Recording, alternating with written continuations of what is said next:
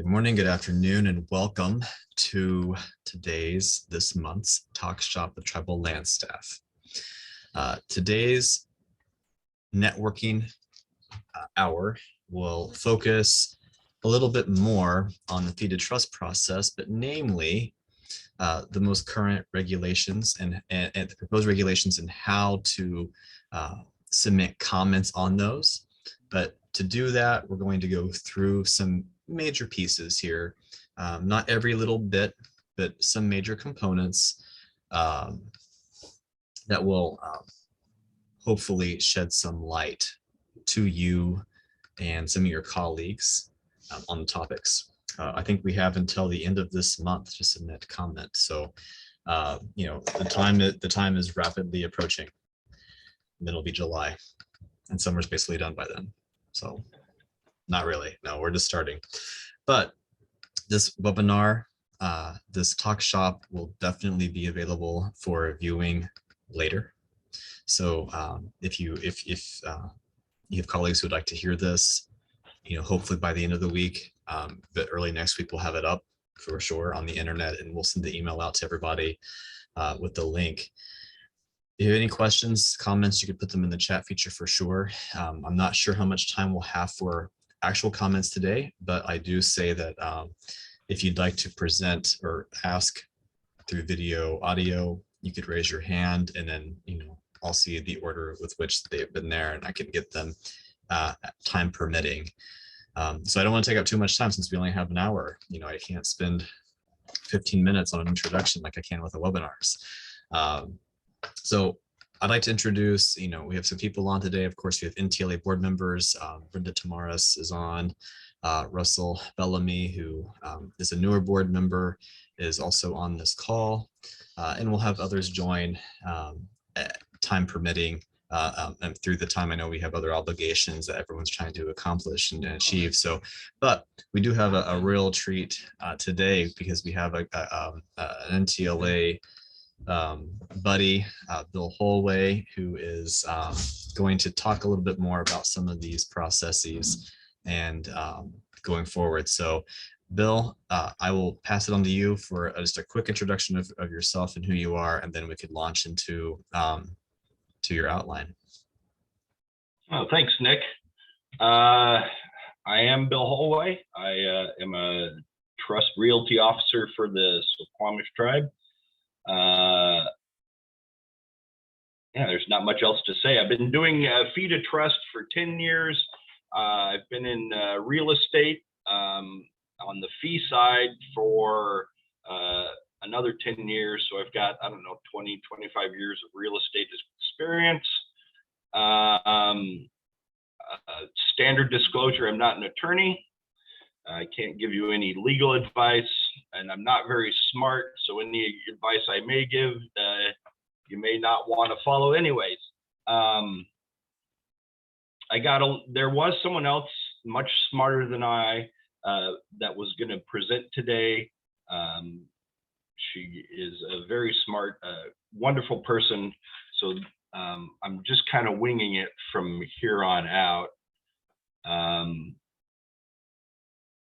Any opinions I give are certainly not of the Squamish tribe. So don't let my wacky opinions color your opinion about the Squamish tribe. So here we go. And if you do have any comments or you think what I'm saying may be wrong, please speak up because I'm just kind of winging this off the cuff. Should I just start, Nick? Does that sound good? Sounds good. So March of this year, a Dear Tribal letter was sent out. I think I've put that in the chat. With some proposed regulations. There were two proposed regulations, one for Part 151 and one for 292, the gaming regulations. Not actually going to speak to that today. They had 4 listening sessions last month, and final comments are due the 30th of June, and they do provide an email address. So anything provided before midnight Eastern time would be considered on time.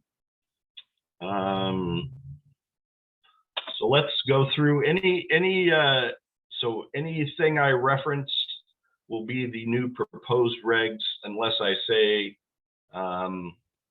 otherwise or think otherwise. So the first few things that jumped out to me is they do allow for a carciary analysis. I wouldn't actually call it a fix. It was the new reg would be 151.4, and it follows the latest M opinion fairly closely, I believe. So that is that. There are, I'm just going to kind of go through my notes here, so bear with me. So they define what a complete application package is.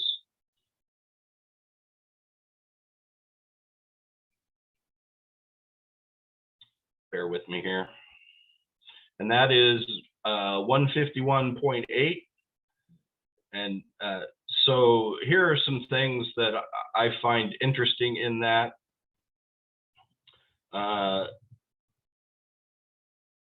What do I find interesting in that? So in 151.8, something that could be determined as being helpful is was 0.8B decisions will be issued within 120 calendar days once the application is deemed complete. It doesn't provide for what would happen after 120 days. It doesn't say that decisions will be deemed issued or anything like that. But if you back up, before an application is deemed complete, the notice letters have to be sent out, responses allowed to come back in on off reservation and contiguous applications. All environmental determinations need to be taken care of.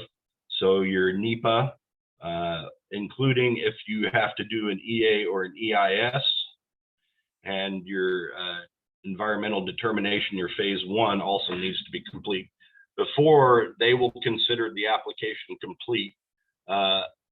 Here in the Northwest region, that could be problematic. I know the Puget Sound Agency has a proclivity for issuing notice of incomplete letters. So I don't know how that is actually going to work out in the future, because it would, I mean, I'm just saying this off the cuff, but it would seem to me you would submit an application. They're required to send out the notices, and they're required to send the environmental package for approval, but I could see them issuing a notice of incomplete letter before they've done their stuff. I mean, obviously they wouldn't, but that's just my terrible mind working against me.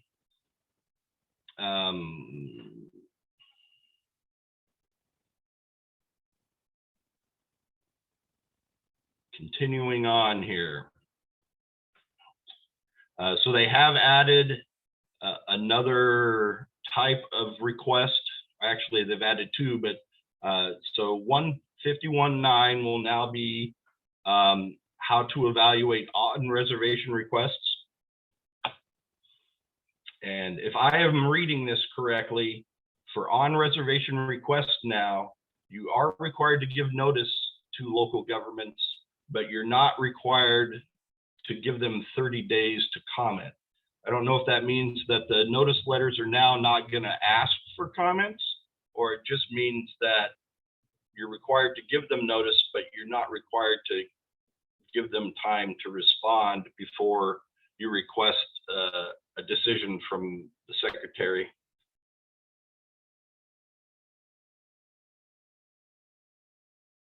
They add a new evaluation, pardon me, for contiguous. Before, if your application or if your land was contiguous to the reservation, it would be treated as an on-reservation application. Now they've added a section, it's 151.10, for any land that is deemed contiguous. They've added a definition in 151.2, which defines contiguous as two parcels having a common boundary, and then notwithstanding the existence of non-navigable waters or public road right-of-way. This is how we used to treat contiguous before the IBA decision. And it's also the definition that is similar to the gaming regs. It's 292.2.3, somewhere in the gaming regs, 292. I think that works. Now contiguous really is not a big issue for tribal applications, because you're either on or off, you're okay. But when you start talking about individual tribal members, only tribal members can only be treated as on or now contiguous, even though when they're talking about tribal member applications in here, the word adjacent pops up. That was an issue previous with some of my dealings, where it's not actually contiguous, but it's close. I kept trying to tell them that, well, it's adjacent. It's close enough to be considered on reservation, but that's neither here nor there. Eric, did you have a question? Yeah, thank you, Bill. The contiguous definition, are they that contiguous to reservation boundary, or can it be contiguous to land in trust land? That makes sense? Yeah, no, that makes perfect sense, and that's a wonderful question.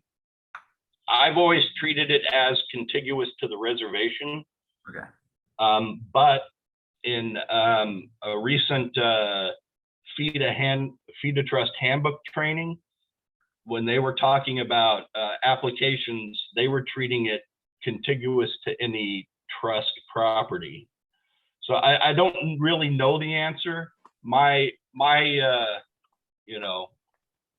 advocate side of me would say, well, contiguous to any trust property would be perfect for me, but I don't know that that's how they're going to look at it. Okay, so it would still be. Hi, this is Brenda Tamaris. It should be contiguous to any trust parcel, Eric. I know the Pacific region has treated as that forever. And I haven't seen anything where they said, no, it's not contiguous because it wasn't, the actual reservation. Because the problem is when tribes are getting new properties, for years they wouldn't do the reservation proclamation process. So it was just, like you said, trust lands, but technically it should all be considered part of the reservation. Thank you.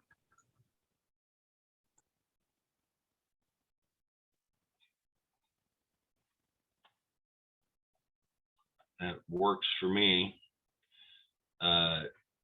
So off-reservation applications will now be, or would now be, under 151.11.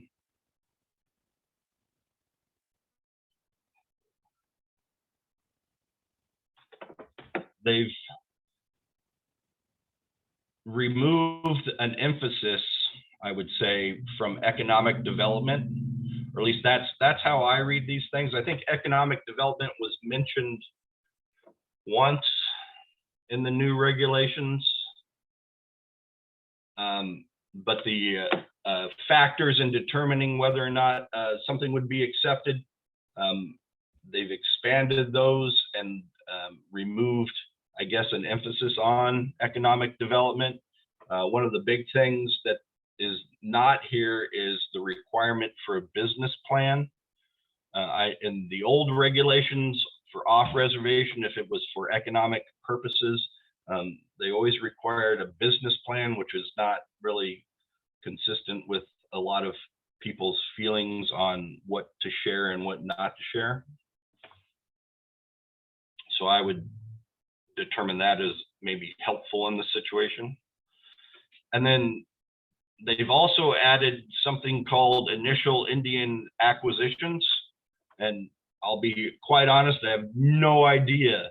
I can't even fathom a tribe being established or being re-recognized and having to establish a reservation.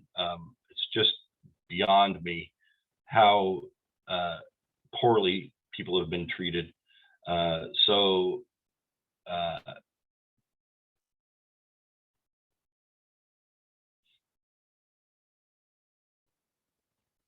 Yeah, so it basically treats these initial acquisitions as on reservation.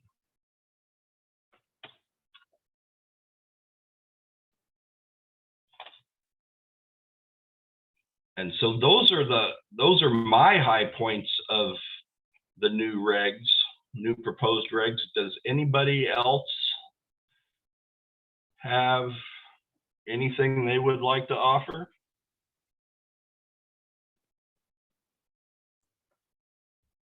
Please help me. There's a question. I just is a question on a clarification, I guess, on title. Is title required, like title insurance commitments? Is that not a requirement anymore? I guess that's just the question I have. Do we need to go out and get title insurance? It's not the only way to prove title, but yes, I would say it is still required, but it's not the only way. And as I read it, title insurance is not specifically required. A title commitment and an abstract of title would also prove ownership and continuation of ownership. So, anybody else have a smarter answer than I do?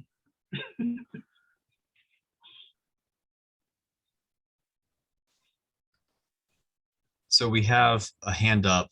I don't know if it's related to it, but we have a hand. No, it's not. But we have another hand up, and so I might go ahead and toss it to Tim Byer now.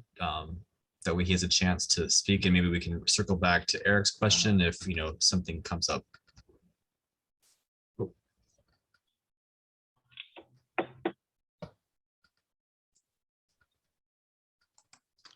Thanks, Nicholas. Appreciate it.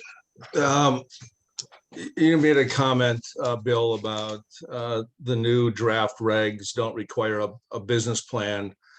I think probably a bit of caution, at least in comments that we'll be submitting. There's the regs themselves, and then there's the implementation requirements by the BIA. It's kind of like the new national policy memo that came out regarding land description reviews. If you look at, specifically at the regs of what the regs require related to a validation of a legal description, and then what the BIA will require as far as that validation are likely, can be two different things. So I wouldn't rule out that the BIA may no longer require a business plan. That's not required in the regs, but I certainly, in those input sessions, I certainly suggested to Assistant Secretary Newland that they need to be very thoughtful about how the BIA implements the new regulations when they come out. So there's a lot of hidden language as far as what is required as far as survey, what is required as far as land description review, or the new realty land description review. And yeah, it would be great if a business plan was not required, but I'm not ruling it out at this point, if you know what I mean. Thanks, Nicholas. Thanks, Tim. And yeah, so the old regs didn't even require a survey. The new regs do require a survey if it's not an adequate legal description, and if I recall correctly, concurrence that the legal description is sufficient. Does that sound about right, Tim?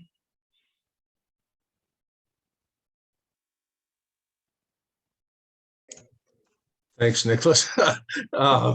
So yeah, you know, that is certainly something that I suggested again during the input sessions, is that section appears to be quite confusing as far as what is required as far as survey. Some people read it that a survey is now going to be required, but if you read the fine print as far as specifically where maybe they have an or an and within that section related to survey, it's very unclear. And again, that'll be part of I do fee to trust work on a contract basis with Quinault.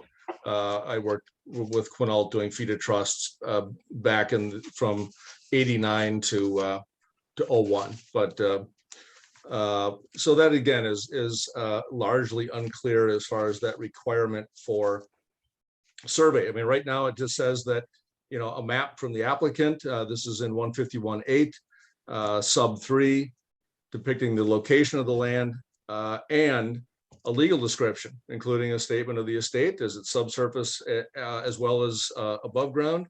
And then a survey if the land cannot be described by adequate legal description, and concurrence by the secretary that the legal description or survey is legally sufficient. So it's a little unclear. I'm hoping that this provides greater flexibility, that if the land already has a legal description, whether or not it's adequate parts, that if the secretary can concur that legal description is legally sufficient, that no new survey would be required. But that's my hopes. Right? Surveys are expensive. Surveys are very expensive. LDRs, not so much. You can do an LDR for $400, but a survey can cost 100 times that. Thank you very much, Tim. I see we have another hand up from an NTLA board member, Katie Yates Free. Hey guys, so I have a question. So with the new regs that are getting ready to be implemented, I understand that some of the responsibilities that BLM had are now going to be BIA Realty staff. And my concern for my tribal people, my tribal staff, is that they're going to be using ArcGIS, from my understanding, for the surveys and legal description reviews. As I know, because I have a little bit of GIS experience, is they're not always on. And I have hesitation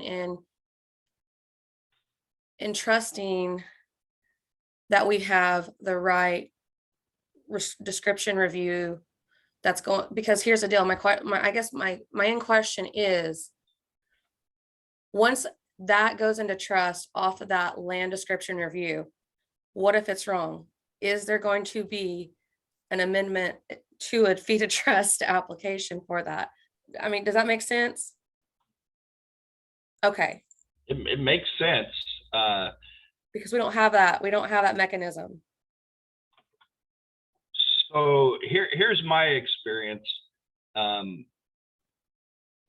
with the new procedure, or at least my opinion. So I have submitted now an application. It actually had an LDR, so I know that the legal description is valid, and I know that there were no problems with encroachments, etc. But they still had to send it to the GIS strike team for review, and on their approval, they said from aerial imaging, there does not appear to be any encroachments from the adjoinders. And So I wonder about the liability that is being accepted with this new review process. It is cheaper and faster to do it this way rather than to do it with an LDR and a chain of surveys and that. So as someone that is advocating for a tribal member, I'm for it, I guess, but I still think that it's maybe ill-advised, if that makes any sense. I'm not going to tell a tribal member he needs to spend $10,000 on a survey and LDR to get his property into trust. I'm going to allow, or I'm going to use this new process, but I just wonder if down the road it's going to cost the government some money.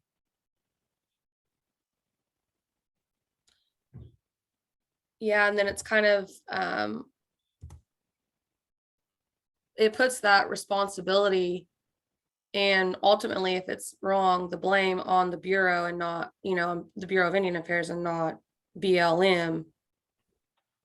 But I'm wondering across the nation, are we ever going to, what if it does go to, as someone just said in the chat, okay, what if the realty officer signs off on it and then we find out after the fact that there are encroachments?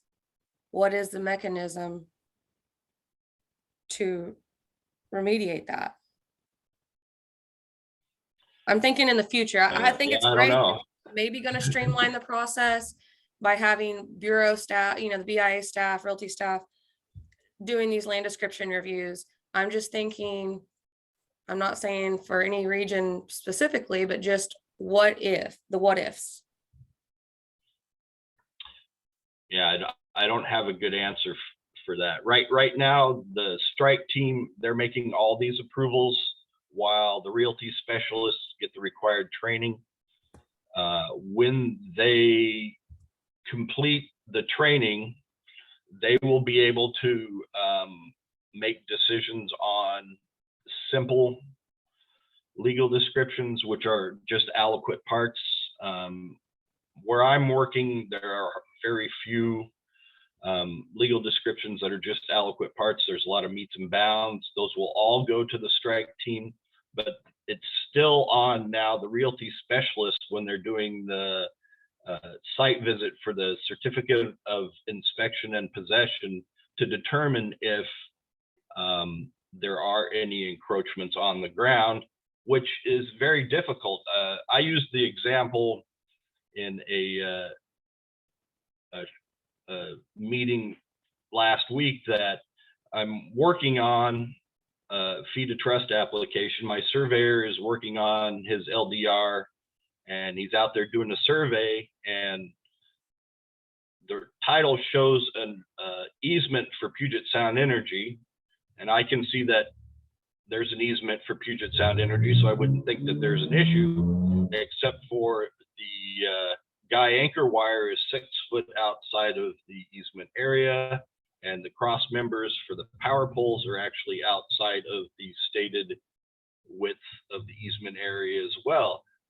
That's not like a big deal, but I can see where problems will be coming up in the future. If there's an encroachment that is on an adjoining parcel, I don't know. I don't know what's going to happen.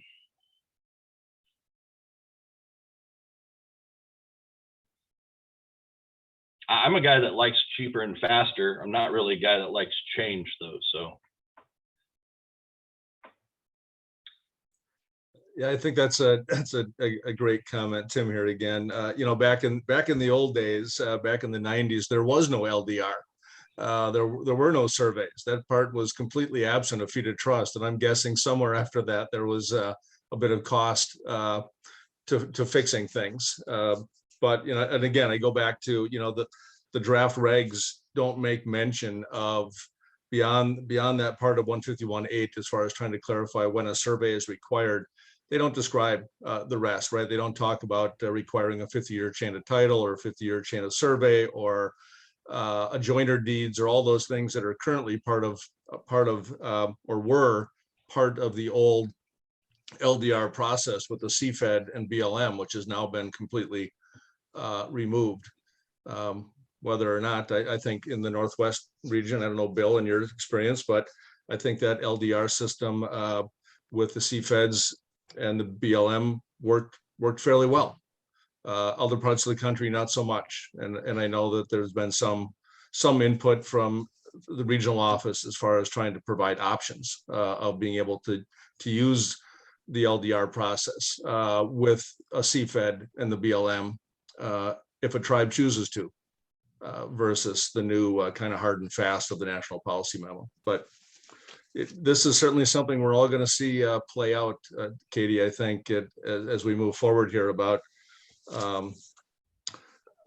if cases do arise where there's an encroachment after the fact. I believe that the BIA will start to look at what documents do they need to allow for the secretary to concur with that legal description. Will they require adjoiner deeds? Will they require a chain of title? Will they require a little bit more information? But again, you won't see it in 25 CFR 151. You'll see it in the guidance documents, the process documents from the BIA. At least that's my take. Again, I'm not, like Bill said, I'm not an attorney, and I have old brain cells. So these are my ideas and I'm sticking to them. I thought you were an attorney, Tim. No. So then another kind of inference, maybe I can get some feedback on this, is that in 151.15 in the new proposed regs, it talks about the secretary may require an update of a phase 1 before they formally accept the conveyance. And so I read this, well, I read it two ways. May means we don't need to update our phase 1 after the decision and before they sign acceptance on the deed. But because the way it is now, the decision is issued, the phase 1's only good for a year. Things start to expire on it after 6 months.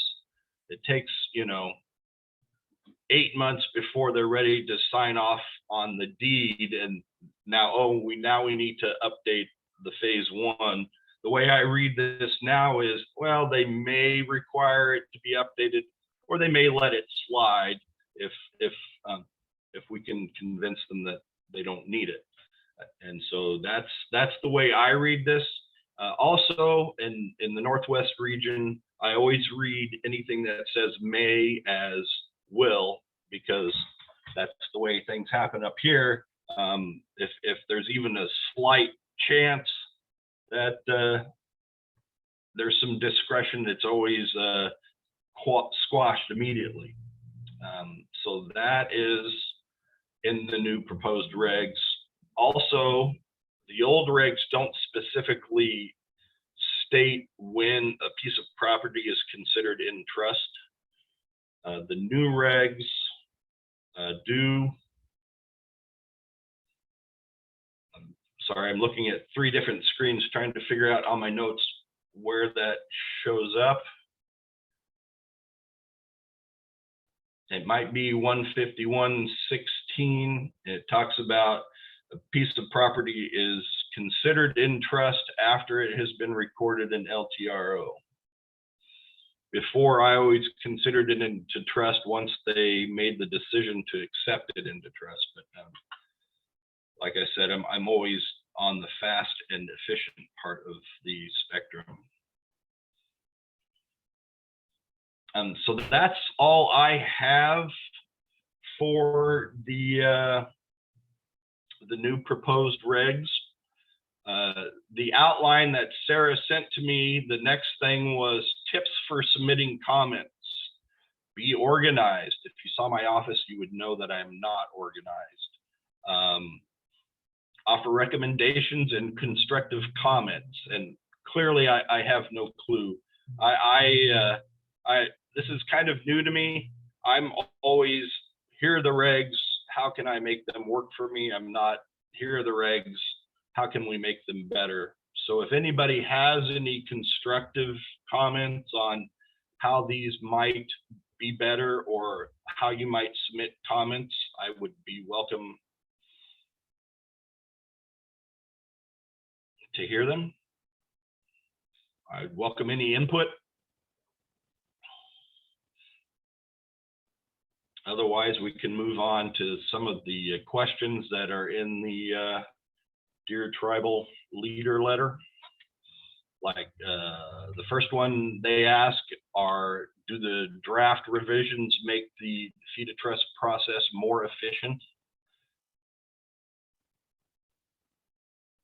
I don't think they do. I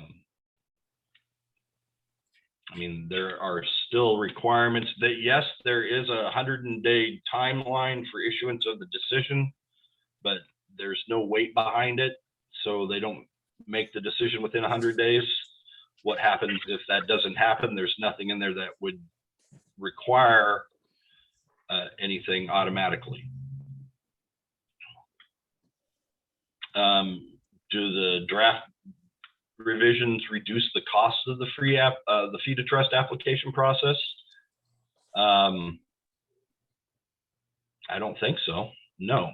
Now, let's go back to the efficiency part of the Fee to Trust application. So, and I may have glossed over this pretty quickly. The way I read the new proposed regulations is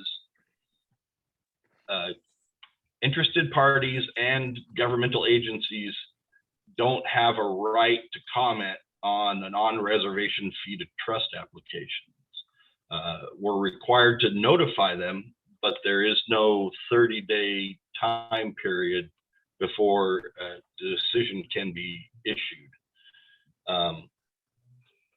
In working with TAMs, which is how all the Fee to Trust applications are processed now, or will be processed now, I don't know if they're going to be able to make a differentiation between on reservation and off reservation in this process. Like will the letters that go out be different for on reservation and off reservation? Right now, it's just a standard letter. And so I don't know if this will actually make any changes in how things are actually done.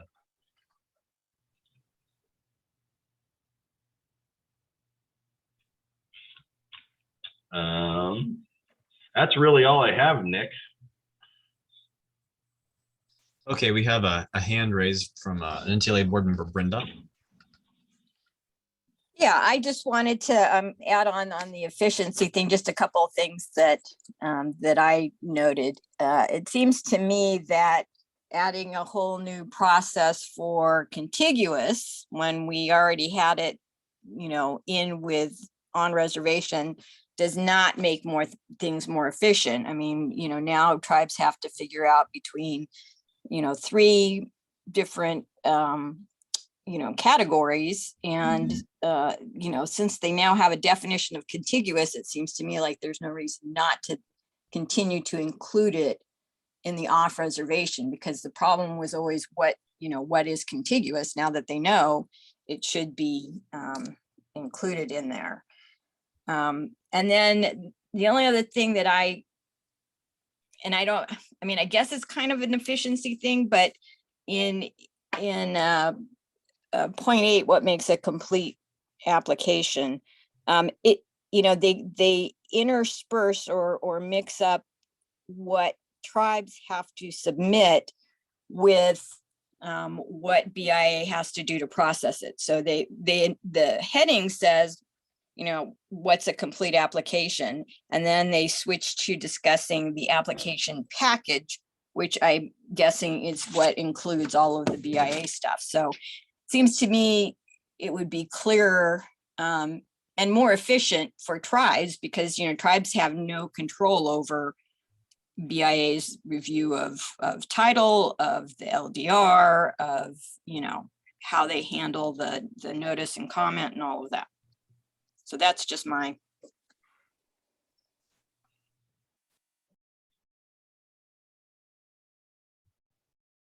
Thank you, Brenda. If there are any other comments or questions, I encourage you to raise your hand here in the next couple of minutes. Otherwise, we will bring this session to an end. I see maybe Tim has something to say. Well, I'm just going to follow up a little bit, I guess, on Bill had started asking about the questions that came out in the Dear Tribal letter, tribal leaders letter, as far as making things more efficient, and are there additional ways? And I know I commented at one of the sessions. It's discussed a little bit, at least within the terms in 151.2. It talks about a tribal consolidation area. Yet I don't really see how that plays out within the new proposed regs.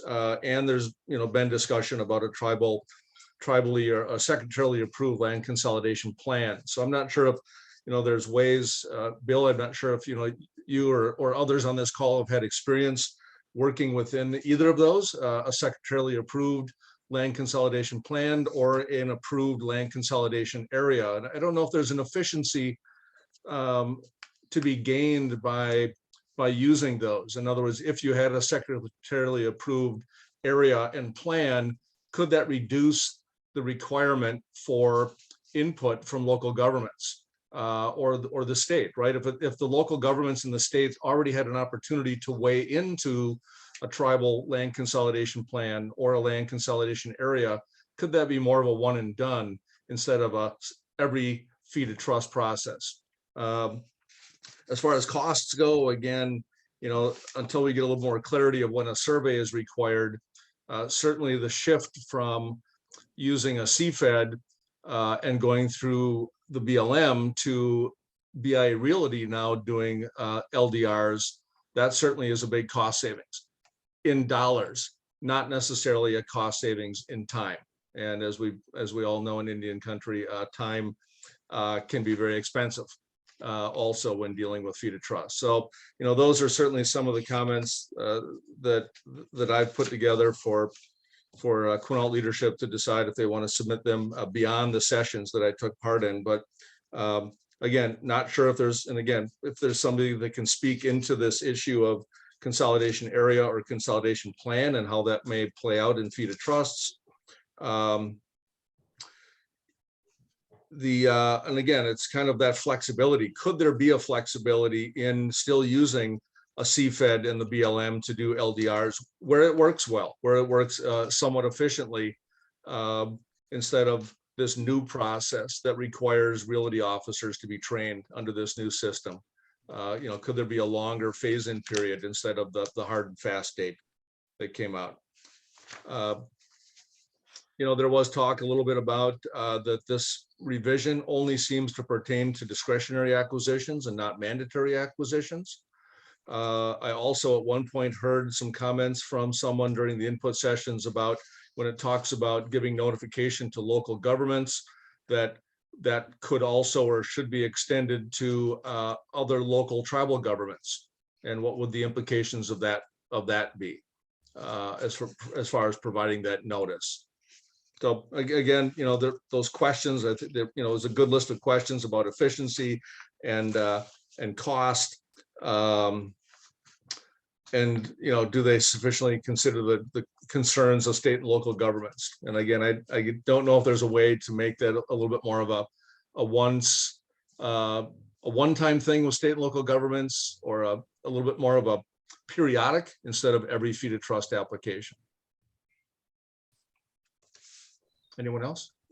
Sorry, Nick, thank you.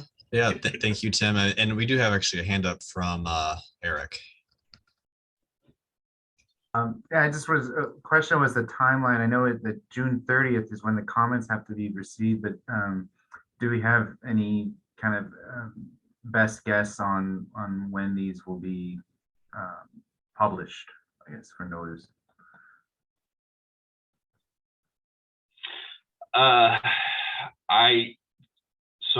I know there was discussion at some of the listening sessions as to when it was, but I don't specifically remember what they said.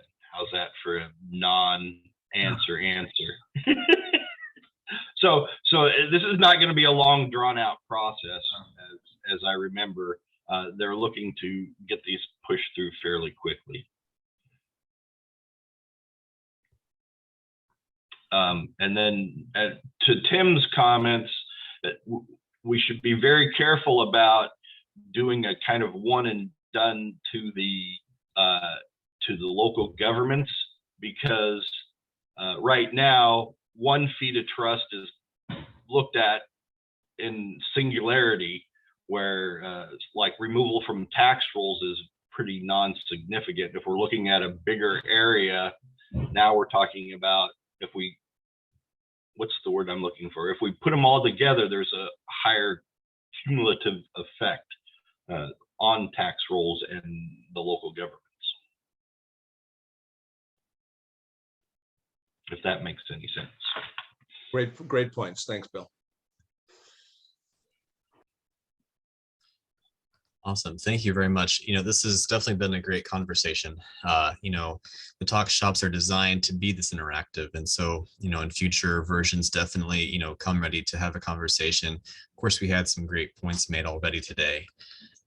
As I wrap this up here, I do want to extend my thanks to Bill, Eric, Tim, Katie, and Brenda for their participation in the conversation. This is really meaningful. And in fact, it's these comment periods that provide us an opportunity to speak up, and without that, not much can really change or have the opportunity to, even though some of it's going to take some time anyway, but definitely as we move forward, not only on this topic, but in others, as we want to see changes take place in Indian country for our colleagues and for the work that we do, remember that it really all starts with us, and we're the ones that have to carry this forward. No one else is going to do it, and so make your voices heard, say what you need to say, so that way, maybe we can see some meaningful change into the future.